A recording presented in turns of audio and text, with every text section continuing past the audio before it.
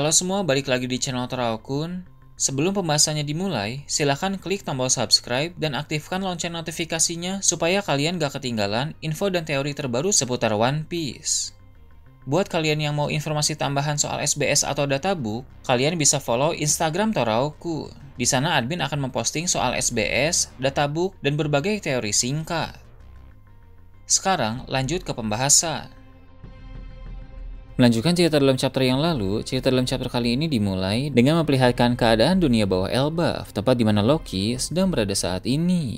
Di sana, dia sudah selesai berkomunikasi dengan Mosa melalui Denden Mushi. Loki pun berbicara sendiri dengan berkata bahwa jika tidak ada Mosa, mungkin saja dirinya akan mati karena bosan selama 6 tahun ini. Untung saja ada orang seperti Mosa yang walau Loki belum pernah lihat secara langsung, tapi mau menemaninya mengobrol. Loki bilang jika nanti dia sudah bebas, maka dia akan melakukan apapun untuk Mosa sebagai rasa terima kasih. Sebenarnya apapun yang Loki maksud di sini merujuk kepada menghabisi siapa saja yang mencoba untuk mengganggu Mosa, karena yang ada di dalam pikiran Loki hanyalah tentang bertarung saja.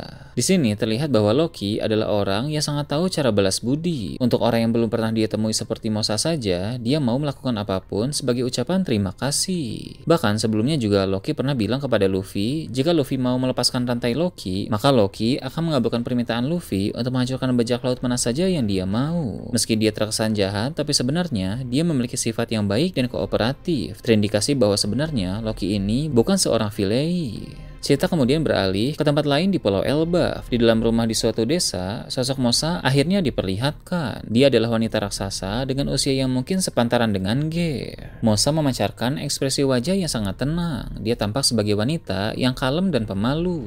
Di rumah itu juga ada raksasa lain yang lebih tua. Mungkin dia adalah orang tua atau bagian dari keluarga Mosa. Raksasa tua itu pun bilang dia heran mengapa Mosa sangat suka berkomunikasi dengan Aib Elbaf. Aib Elbaf yang dimaksud di sini tentu adalah Loki, karena seperti yang kita tahu dari beberapa chapter yang lalu, sang pangeran itu dianggap sebagai aib di negeri para raksasa. Raksasa tua itu juga memperingatkan Mosa, jika sampai para prajurit tahu komunikasi antara Loki dengan Mosa, maka itu mungkin akan membuat Mosa berada dalam masalah. Mosa pun menanggapi dengan berkata, dia justru lebih heran kepada raksasa tua itu dan para raksasa lainnya ada di Elbaf, karena mereka bisa dengan mudah menghakimi Loki tanpa tahu tentang kebenarannya. Dulu, Mosa sudah berulang kali menceritakan kebenaran mengenai Loki dan Raja Harald, tapi orang-orang menolak untuk percaya. Ketika Mosa menyinggung soal kebenaran, cerita pun memperlihatkan kilas balik 6 tahun yang lalu. Kala itu, Loki baru saja kembali ke Pulau Elbaf usai berpetualang di dunia luar. Loki telah berhasil mengguncang dunia dengan kekuatan dan aksi-aksinya yang luar biasa, sehingga pemerintah dunia pun memberinya bounty spesial sebesar 2,6 miliar berry. Setibanya di Pulau Elbaf, Loki bilang bahwa dia harus menjadi lebih kuat lagi, karena di dunia luar sana, Loki telah mengetahui ada banyak orang yang sangat hebat. Cara untuk menjadi lebih kuat dalam waktu singkat adalah dengan mengonsumsi buah iblis legendaris yang menjadi harta karun turun-temurun dalam keluarga kerajaan. Loki heran mengapa buah iblis itu selalu disimpan saja, padahal harusnya dikonsumsi untuk mendapatkan kekuatan lebih besar. Sebagai raksasa terkuat di Elbaf, Loki merasa dia sangat layak untuk memakan buah iblis tersebut. Namun Raja Harald tetap menghalangi Loki. Sang raja tidak bisa membiarkan siapapun, bahkan putranya sendiri, untuk mengonsumsi buah iblis itu. Hal tersebut pun membuat Loki harus bertarung melawan ayahnya sendiri demi bisa mendapatkan buah iblis legendaris itu. Sebagai raksasa terkuat di sana, Loki mampu mengalahkan Raja Harald. Namun Raja Harald sebenarnya masih hidup setelah pertarungan itu, karena Loki memang hanya sekedar ingin mengalahkannya saja, bukan untuk membunuhnya.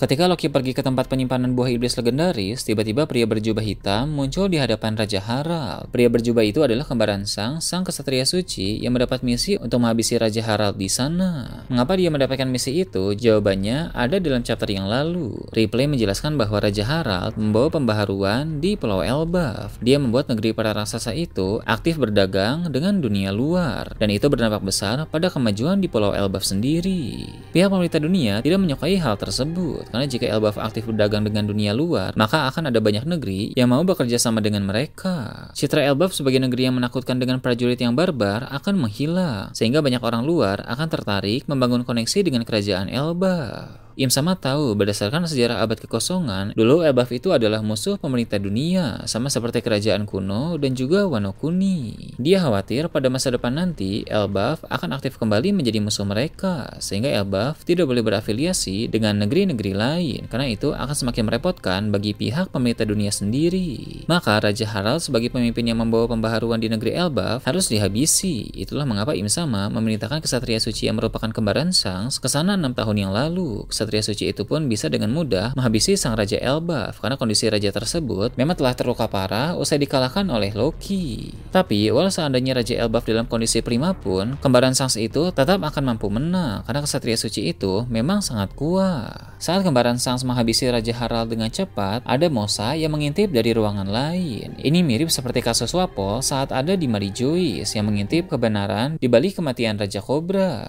Dulunya Mosa sempat bekerja sebagai pelayan di istana kerajaan Elbaf, sehingga wajar jika dia ada di tempat itu. Usai menghabisi Raja Harald, kembaran Sangs menyadari ada seseorang di dalam ruangan lain. Dia pun hendak mendatangi ruangan itu, tapi tiba-tiba Loki muncul setelah mengonsumsi buah iblis legendaris.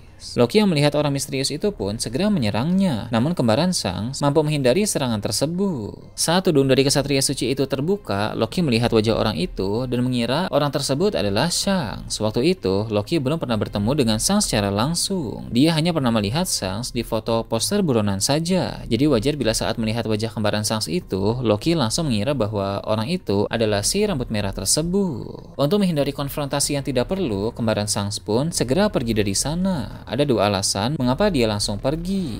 Pertama, karena misi menghabisi Raja Harald telah selesai. Dan kedua, jika dia bertarung melawan Loki, maka itu akan memancing semakin banyak raksasa yang datang ke tempat tersebut, sehingga keadaan di sana akan menjadi cukup merepotkan bagi pihak Ksatria Suci. Jadi, sang Ksatria Suci itu pun langsung menggunakan lingkaran sihirnya untuk berteleportasi kembali ke Mary Joyce.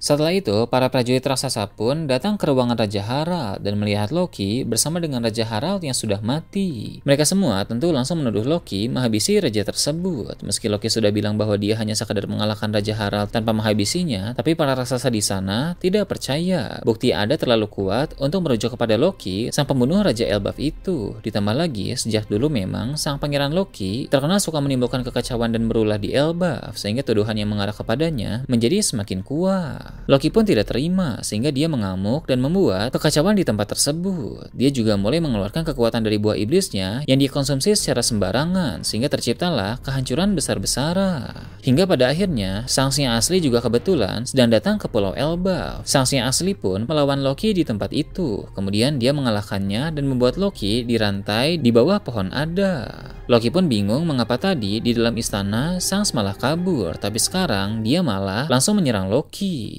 Loki tidak tahu, padahal yang tadi Loki lihat di dalam istana itu adalah kembaran Shanks, sehingga setelah itu Loki pun menganggap Shanks sebagai seorang pengecut karena kesalahpahaman. Jadi bisa dibilang peristiwa di Elbaf 6 tahun lalu yang membuat Loki ditahan dengan rantai melibatkan Shanks dan saudara kembar Shanks yang merupakan seorang kesatria suci. Saudara kembar Shanks lah yang menghabisi Raja Harald dan membuat Loki menjadi terfitnah, sedangkan Shanks yang asli adalah orang yang menghentikan amukan Loki sehingga dia ditahan sampai saat ini. Tak heran Loki sampai saat ini masih membenci si rambut merah itu. Untuk sekarang, Loki belum tahu tentang fakta bahwa kembaran Shanks lah yang menghabisi ayahnya dulu. Tapi karena saat ini kembaran Shanks sudah kembali ke Elbaf dan kemungkinan besar Loki juga akan bebas tak lama lagi, maka dia akan mengetahui tentang fakta yang sebenarnya. Dia pun akan sangat murka kepada saudara kembar Shanks itu. Dengan begitu, saudara kembar Shanks yang merupakan kesatria suci itu akan menjadi musuh dari dua belah pihak, baik musuh bagi Loki maupun musuh dari Luffy. Kilas balik pun berakhir dan cerita kembali ke masa sekarang ini, tepatnya menyoroti karakter dari Mosa. Mosa bilang Loki memang mengira tak pernah bertemu dengannya, padahal dulu saat dia masih bekerja sebagai salah satu pelayan di istana, dia pernah bertemu dengan Loki. Hanya saja Loki tidak tahu siapa nama Mosa pada saat itu. Sebagai saksi atas kebenaran yang terjadi, Mosa gagal meyakinkan orang-orang, sehingga Loki tetap ditahan karena kesalahpahaman di sana. Maka satu-satunya yang bisa Mosa lakukan hanya menemani Loki mengobrol melalui Denden Mushi agar dia tidak terlalu bosan ditahan di dunia bawah. Setelah itu, cerita menampilkan Mary Joyce. Di sana semua ksatria suci sedang berada di ruangan Im Sama, kecuali kembaran Sans dan wanita yang bersamanya, karena keduanya telah datang ke Pulau Elbaf sejak chapter yang lalu. Semua ksatria suci yang ada di ruangan Im Sama itu pun berlutut di hadapan Im Sama. Beberapa saat kemudian, muncul lingkaran sihir di bawah kaki mereka dan itu menandakan bahwa semua ksatria suci yang masih ada di Mary Joyce ini juga sudah mendapatkan misi khusus dari Im Sama. Mereka berteleportasi dalam kelompok masing-masing 2 orang untuk menyelesaikan misi-misi tersebut. Keadaan dunia sekarang memang telah semakin tidak terkendali karena ada begitu banyak kekacauan yang terjadi di mana-mana. Im Sama tahu angkatan laut saja tidak akan cukup untuk mengatasi semua kekacauan yang terjadi, sehingga dia pun memutuskan untuk menggerakkan semua ksatria suci yang ada. Hal ini tentu akan membuat keadaan menjadi semakin menarik karena para ksatria suci yang memiliki kekuatan luar biasa telah bergerak keluar dari markas. 2 orang dikirim ke Elbaf dan sisanya yang lain dikirim ke tempat-tempat yang berbeda. Mereka semua bergerak dalam waktu yang bersamaan untuk menyelesaikan misi dari Im Sama secepat mungkin. Sangat menarik untuk melihat kemana saja para ksatria suci itu berteleport. Pasti ke tempat-tempat para Yonkou atau ke tempat pasukan revolusi. Nah itu tadi berbagai hal menarik pada chapter 1135. Gimana menurut kalian? Silahkan tulis di kolom komentar di bawah. Oke, segitu aja untuk pembahasan kali ini. Jangan lupa like, share, dan subscribe untuk video menarik selanjutnya.